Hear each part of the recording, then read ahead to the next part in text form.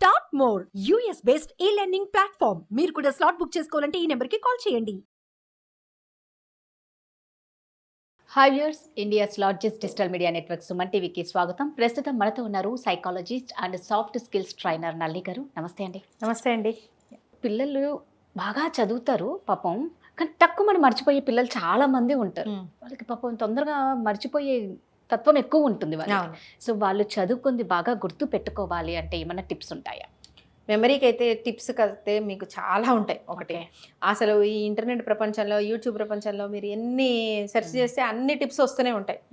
అన్నిటినీ ఇప్పుడు మనం తెలుసుకొని ఇప్పుడు పీక్స్లో అంటే ఆల్మోస్ట్ ఇంకో 10-15 రోజుల్లో ఎగ్జామ్స్ స్టార్ట్ అవుతున్న రోజుల్లో మనం ఇప్పుడు ఆ మెమరీ టిప్స్ అన్నీ తెలుసుకొని ఇప్పుడు ఇన్కల్కేట్ చేసుకోవడం అనేది నిజంగానే ఒక టెడియస్ టాస్క్. అనవసరంగా కాన్సన్ట్రేషన్ డివియేట్ చేసినట్టు అవుతుంది. ఒకటి కాకపోతే ఇప్పుడు కాగితమే ఉందండి, మీరు ఉమ్ముతో అతికిస్తే కొంతసేపు అతుకుతుంది, ఫెవికాల్తో అతికిస్తే ఒకలా అతుకుతుంది. చక్కగా మైదా రాసి మొత్తానికి వేస్తే గోడకైనా అది ఏళ్ల తరబడి పోస్టర్లా అతికిస్తుంటుంది. సో ఇక్కడ పోస్టర్ అదే, గోడ అదే, కానీ దేని పెట్టి అతికిస్తున్నారు అనేది ముఖ్యం కదా. అదే విధంగా ఆ అతికించేది ఏంటి ఇక్కడ అంటే సమయం, మనం ఇచ్చే సమయం. ఎగ్జామ్స్ ముందు అవన్నీ పట్టుకొని గుర్తుపెట్టుకోవడం అనేది ఉమ్ముతో అతికించినట్టు అవుతుంది. ఓకే, ఇంకా లాస్ట్ ఎగ్జామ్స్కి వచ్చేస్తున్నాయి, లాస్ట్ నెల 2 నెలలు పట్టేసుకొని చేయటం అనేది ఇంకొక దాంతో అతికించినట్టు. అలా కాదు, సంవత్సరం మొట్టమొదటి నుంచి చదవటం అనేది అసలు ఆ గోడ మీద చెక్కినట్టు అవుతుంది. అతికించడం కూడా కాదు, ఆ మ్యాటర్ అంతా చెక్కినట్టే. నిజమే. ఓకే, లేదా ఆ గోడ మీద ఒక అందమైన పెయింటింగ్ వేసినట్టే. అది ఖచ్చితంగా గుర్తుంటుంది, ఎప్పటికి గుర్తుండిపోతుంది, చరిత్రలో మిగిలిపోతుంది. అప్పుడు అది జ్ఞానం ఇస్తుంది. ఇప్పుడు ఇచ్చేది ఏంటంటే సమాచారం ఇస్తుంది. చివరిలో కూర్చొని చదువుతుంటే బ్రెయిన్ సమాచారాన్ని మాత్రమే తీసుకుంటుంది, ఇన్ఫర్మేషన్. సంవత్సరం మొదటి నుంచి చదువుతుంటే అది జ్ఞానం అవుతుంది, ఎడిషన్ ఆఫ్ అవర్ నాలెడ్జ్ అవుతుంది. సరే, కాబట్టి ఎప్పటికప్పుడు చాలా మంది పిల్లలు ఈసారి అయితే ఇలా చేసే కానీ నెక్స్ట్ ఇయర్ నుంచి మాత్రం స్టార్టింగ్ నుంచి చదువుకోవాలరా అది కాసేపే మళ్ళీ కుక్కతో వంకరే. కరెక్ట్ అండి, అవును. అయితే కాకపోతే ఎగ్జామ్స్కి మాత్రం ఎగ్జామ్కి ఆన్సరింగ్కి కొన్ని టిప్స్ అంటూ ఉంటాయి. ఓకే, మెమరీ రిటైన్ చేసుకోవడానికి ఎగ్జామ్కి ఆన్సరింగ్కి ఒక టిప్స్ ఉంటాయి. టిప్స్ ఏంటి అంటే ఫస్ట్ మెమరీ ఎంత ఇంపార్టెంట్ అంటే మనం ఎలా ఫీడ్ చేస్తున్నామో ఎంత ఇంపార్టెంటో, ఎలా రీటైన్ చేసుకుంటున్నాం అనేది అంత ఇంపార్టెంట్. సో ఫీడ్ చేయడానికి మనం చదవడము, బాగా రాయడము, ప్రాక్టీస్ చేయడము, ఇంకొకళ్ళతో ఎక్స్ప్లెయిన్ చేయించుకోవడము, ఇంకొకళ్ళకి ఎక్స్ప్లెయిన్ చేసినట్టుగా చెప్పడం. ఓకే, అంటే ఏదైనా ఒకటి చదువుతున్నప్పుడు మొత్తాన్ని ఒకటేసారి అంటే ఒక 15 లైన్లు ఆన్సర్, లేకపోతే ఒక 2 పేజీల కాన్సెప్ట్ మొత్తం చదివేసి అదంతా అలాగే రిటైన్ అవ్వాలంటే అవ్వదు, ఖచ్చితంగా అవ్వదు. ఇన్ దాట్ కేస్ మరి ఎలా గుర్తుపెట్టుకోవాలి? దాన్ని ఇంపార్టెంట్ పాయింట్స్ రూపంలోనో, ఇంపార్టెంట్ వర్డ్స్ రూపంలోనో, డిఫరెంట్ డాట్స్గా దాన్ని లింక్ చేసుకునే విధానంలోనో గుర్తుపెట్టుకుంటూ ఉండాలి. అంటే ఈ మొత్తం కాన్సెప్ట్లో ఏం చెప్తున్నారు, కాన్సెప్ట్లో నేను ఖచ్చితంగా మర్చిపోకుండా గుర్తుపెట్టుకోవాల్సిన పదాలు ఏంటి, ముందు ఆ పదాలు రాసుకోవడం, 1కి 10 సార్లు ఆ పదాలు గుర్తుపెట్టుకుంటూ ఉంటాం. ఇవాళ పొద్దున్న నేను ఆ ఇంపార్టెంట్ పాయింట్స్ చదివాను అంటే ఈ రోజంతా నేను దాన్ని 10 సార్లు మధ్య మధ్యలో లేచి భోజనం చేస్తున్నా, పడుకునే ముందో, ఇంకో సబ్జెక్ట్ చదివి ఇంకో సబ్జెక్ట్ తీసుకునే మధ్యలో బ్రేక్లోనో ఆ ఇంపార్టెంట్ అన్నింటినీ ఒక్కొక్కసారి రీకాల్ చేసుకుంటూ ఉండాలి. అలా మనం చేసినప్పుడు ఏంటంటే ఆ షార్ట్ టర్మ్ మెమరీ నుంచి లాంగ్ టర్మ్ మెమరీలోకి వెళ్ళడం. 1. 2 ప్రాక్టీస్ చేయాలి. చాలామంది మ్యాథ్స్ లాంటివి కూడా కళ్ళతో చూసి చదువుతూ ఉంటారు. అవును. లేదు, బయాలజీలో చాలా ఇంపార్టెంట్ పార్ట్స్ కానీ ఉంటుంటాయి, లేకపోతే డయాగ్రామ్స్లో పార్ట్స్ ఉంటాయి, అవన్నీ కూడా నోట్తో చదువుతుంటారు. నోట్తో చదివితే ఖచ్చితంగా గుర్తుండవు. ఎందుకంటే అవి రాస్తే మాత్రమే, ప్రాక్టీస్ చేస్తే మాత్రమే గుర్తుండేవి. మీకు బ్రెయిన్లో గుర్తుండేవి ఏంటి అంటే ప్రాసెస్ లాంటివి గుర్తుంటాయి. ఒక యాక్టివిటీ ఎలా చేయాలి దాని ప్రొసీజర్ బ్రెయిన్లో గుర్తుంటుంది. లేకపోతే ఒక కథ ఉంది, ఒక లాంగ్వేజ్కి సంబంధించి ఒక కథ ఉంది, ఆ కథలో ఎవడేమన్నాడు, ఎవరితో ఏమన్నాడు, ఈ డైలాగ్ ఎప్పుడు వస్తుంది, ఈ కాంటెక్స్ట్ ఎప్పుడు వస్తుంది, ఇలాంటివి బ్రెయిన్లో గుర్తుంటాయి.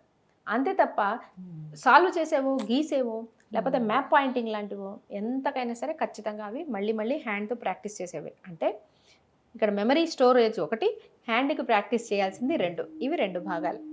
ఇది కాకుండా ఇంకొంచెం ఏమైనా structural things, number of 3 or 4 పార్ట్స్గా ఉన్నవి లాంటివి. ఇన్ దాట్ కేస్ అదేంటి, అది చదువుకున్న తర్వాత ఓరల్గా ఒకసారి చెప్పుకుంటే, అంటే అక్కడ ఎవరో ఉంటే వాళ్ళకి చెప్పినట్టు. ఓకే, అలా హ్యాపీగా వినగలిగిన వాళ్ళు ఉంటే వాళ్ళకే చెప్పేసేయచ్చు. వాళ్ళకి అర్థమైనా అర్థం కాకపోయినా, మీ అమ్మగారు మీకు టైం ఉంది, మరి ఇందులో యాక్చువల్గా ఫిజిక్స్లో ఏమవుతుంది తెలుసా, ఒక 4 types ఆఫ్ రియాక్షన్స్ ఉన్నాయి తెలుసా, దాంట్లో displacement reaction, double displacement, decomposition, అలా కాంబినేషన్ రియాక్షన్స్ అని ఏదో వీళ్ళకి వచ్చింది వాళ్ళు చెప్తే వాళ్ళ అమ్మ కూడా తెలియకపోయినా పర్వాలే. అదే ఏంటి అంటే వీళ్ళకి తెలిసిందంతా వీళ్ళకి ఇంకోళ్ళకి చెప్తున్నట్టుగా అన్నమాట. అలా చెప్పచ్చు, వాయిస్ నోట్స్గా గుర్తుపెట్టుకోవచ్చు, వాళ్ళకి తెలిసిందే వాళ్ళంతా గుర్తుపెట్టుకున్నట్టు. ఇలా చాలా మెథడ్స్ ఏంటంటే ఇవన్నీ కూడా రీకాల్కి మెథడ్స్ అన్నమాట. సో రాయడం ద్వారా, చెప్పడం ద్వారా, మళ్ళీ ఒకసారి గుర్తు చేసుకోవడం ద్వారా అన్నిటికంటే మించి ఏంటంటే మనం చక్కగా ఒక డయాగ్రమాటిక్ రిప్రజెంటేషన్లో రాసుకోవచ్చు. ఎంత పెద్ద ఆన్సర్ని కూడా బుల్లెట్ పాయింట్స్లో లాగా రాసుకోవచ్చు. ఓకే, ఒక సర్కిల్ లాగా రాసుకోవచ్చు. కంప్యూటర్లో మనం ఫ్లో చార్ట్ రాసినట్టు రాయొచ్చు. ఒక ట్రీ రాస్తే ఓ ట్రీకి డిఫరెంట్ బ్రాంచెస్ ఉన్నట్టుగా రాయొచ్చు. ఓ సన్ లాగా వేసి డిఫరెంట్ రేస్ లాగా గీసుకుంటూ ఉండొచ్చు. పిక్టోరియల్ రిప్రజెంటేషన్స్ మాట, పెద్ద పెద్ద కాన్సెప్ట్స్ ఉన్న వాటిని చక్కగా ఇలా ఈజీగా గుర్తుపెట్టుకున్నప్పుడు ఏమవుతుంది, రేపొద్దున మీరు ఇది రీకాల్ చేసుకోవాల్సి వచ్చినప్పుడు ఈ బొమ్మ గుర్తున్నా చాలా మీకు మొత్తం కాన్సెప్ట్ గుర్తొచ్చేస్తుంది. పర్టికులర్గా సోషల్లో ఈ హిస్టరీకి సంబంధించిన విషయాలు కానివ్వండి, ఇలాంటివన్నీ పిక్టోరియల్గా గుర్తుపెట్టుకుంటూ ఉండొచ్చు. అన్నిటికీ మించి ఏంటంటే ప్రతి బ్రెయిన్కి తను మెమరైజ్ చేసుకోవడానికి ఒక పద్ధతి అంటూ ఉంటుంది. అంటే కొంతమంది శబ్దం ద్వారా గుర్తుపెట్టుకుంటారు, కొంతమంది చూపు ద్వారా గుర్తుపెట్టుకుంటారు, కొంతమంది అర్థం చేసుకోవడం ద్వారా గుర్తుపెట్టుకుంటారు, కొంతమంది అది చేస్తేనే వాళ్ళకి అర్థమవుతుంది. ఇలా వాళ్ళ మెమరీ స్టైల్ అనేది ఒకటి ఉంటుంది. చాలామంది పిల్లలు చదివినట్టు ఉండరు, కానీ క్లాస్లో వినేస్తే అది వినేసి ఒక్కసారి చదివేసుకుంటారు, రాసేయగలుగుతారు. అంటే ఏంటి, వాళ్ళకి ఎక్స్ప్లెయిన్ చేస్తున్నప్పుడే వర్బల్గానే వాళ్ళ కెపాసిటీ ఎక్కువ. కొంతమంది పిల్లలు ఎంతైనా చెప్పనివ్వండి, వాళ్ళంతటి వాళ్ళ పుస్తకం తీసుకొని వాళ్ళ నోట్స్ వాళ్ళు రాసుకుంటేనే వాళ్ళు చదివింది మైండ్లో ఎక్కుతుంది. కొంతమంది అలా కాదు, ల్యాబ్కు తీసుకెళ్ళిందో వీడియోలాగా చూపించిందో మాత్రమే వాళ్ళకి గుర్తుంటాయి, మిగిలిన చెప్పిందంతా ఎగిరిపోతుంటుంది. అంటే వీళ్ళు కైనెస్థెటిక్ చిల్డ్రన్ అనమాట. ఇలా పేరెంట్స్ కానీ టీచర్స్ కానీ మ్యూచువల్ సహకారంతో పిల్లల యొక్క లెర్నింగ్ స్టైల్ ఏంటి అనేది పట్టుకోగలిగితే నెక్స్ట్ ఇయర్స్లో కూడా వాళ్ళ ఫైనల్గా వచ్చినప్పుడు ఇబ్బంది పడకుండా మంచి దారులు వేసుకోగలుగుతాం. బట్ ఇప్పుడు ఎగ్జామ్కి మాత్రం ఇప్పుడు నేను ల్యాబ్లో ఎక్స్పెరిమెంట్ చేస్తేనే నాకు గుర్తుంటుందంటే జరిగే పని కాదు. కాబట్టి ఇప్పుడు ఖచ్చితంగా వాళ్ళు ప్రాక్టీస్ చేసుకోవడం, పిక్టోరియల్ దైన్గా చేసుకోవడము, ఇంకొకళ్ళకి ఎక్స్ప్లెయిన్ చేస్తున్నట్లుగాను ఇంపార్టెంట్ పాయింట్స్గా రాసుకోవడము, హైలైట్ చేసుకోవడము, వీటి మీద ఎక్కువ శ్రద్ధ పెట్టాలి. రిటెన్షన్ మీద ఎక్కువ శ్రద్ధ పెట్టాలి. ఇప్పుడు మీరు అన్నట్టు ఇప్పుడు మామూలుగా ఇంట్లోనే మనకు ఒకవేళ బ్లాక్ బోర్డ్ పెట్టుకునే అలా ఉంది అంటే పెట్టుకొని ఏ క్వశ్చన్ అది టీచర్ లాగా వాళ్ళు ఇమాజిన్ చేసుకుని వాళ్ళే ఒక టీచర్ అన్నట్టు దాన్ని ఎక్స్ప్లెయిన్ చేసి రాసినా కూడా బాగా గుర్తుంటుంది. లాంగ్ ఎక్స్ప్లెనేషన్స్ చేసుకుంటూ కూర్చోకుండా ఇప్పుడు ఇందులో ఇంపార్టెంట్ పాయింట్స్ 1, 2, 3, 4 గుర్తుంటే ఇందులో ఇది వస్తే ఇది ఫైనల్ గా జిస్ట్ ఇది అంటే ఓ 15 మార్కుల ఆన్సర్ అయినా సరే క్లుప్తంగా ఒక 2-3 నిమిషాల్లో చెప్పగలిగేలా ఉండాలి. At the same time writing కూడా కొన్నైనా ప్రాక్టీస్ చేయాలి. అంటే నువ్వు ఆ కాన్సెప్ట్ నీకు అర్థమైతే 2 మార్కులకైతే 2 మార్కులుగా అయినా రాయగలగాలి, 7 మార్కుల కంటే దాన్ని పెంచి 7 మార్కులుగా అయినా రాయడానికి కొంతైనా మనం ప్రాక్టీస్ అనేది చేసుకోవడం వల్ల ఏంటంటే వాళ్ళకి కాన్సెప్ట్ చేతిలో పట్టుకున్నారంటే దాని మార్కుల పరంగా పెంచి తగ్గించడం అనేది ఆన్సరింగ్ స్కిల్స్కి సంబంధించి. నైస్ టిప్స్ అండి, చాలా బాగున్నాయి నిజంగా. మీరు అన్నట్టు ఏంటంటే ఇది ఇప్పుడు కాదు, స్టార్టింగ్ లో నుంచి మనం టిప్స్ ఫాలో అవ్వాలి. ఇప్పుడైతే చిన్న ఇప్పుడు ఎక్కువ రిటెన్షన్ మీద ఎక్కువ ధ్యాస పెట్టాలి. థ్యాంక్ యూ అండి. Thank you. సుమన్ టీవీలో మీ పర్సనల్ అండ్ బిజినెస్ ప్రమోషన్స్ కోసం కింది నెంబర్కి కాంటాక్ట్ చేయండి.